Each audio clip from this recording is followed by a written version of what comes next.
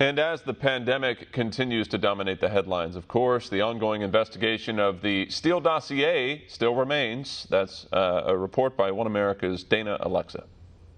It's the infamous report filled with anonymous sources alleging that President Trump colluded with Russian operatives during the 2016 election, backed and paid for by the Clinton campaign, otherwise known as the Steele Dossier. But after 3+ years of investigating, now Senators Chuck Grassley and Ron Johnson are demanding answers. In a Thursday letter to FBI Director Christopher Wray, the two Republican chairmen request that Wray turn over all intelligence documents that led the probe in the Trump campaign, otherwise codenamed as Crossfire Hurricane. The request comes after revelations indicating that the FBI was aware of Russian operatives feeding disinformation to the lap of ex-spy Christopher Steele.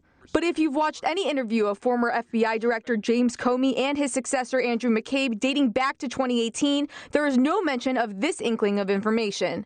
Instead, they flock to hearsay. And I'm about to talk to him about allegations that he was involved with prostitutes in Moscow and that the Russians taped it and have leverage over him. Or a boasting of such sources. It was not intended to be a definitive document. You're absolutely right. It is raw source reporting. It's the kind of thing you would do?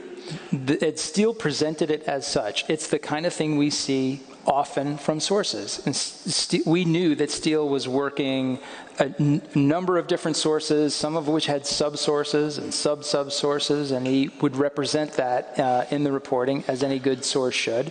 So it didn't come with his imprimatur of this is all gospel. It was like, this is what I'm hearing. Senators Grassley and Johnson relay their concerns, saying, quote, "We are deeply troubled Crossfire Hurricane team's awareness of and apparent indifference to Russian disinformation."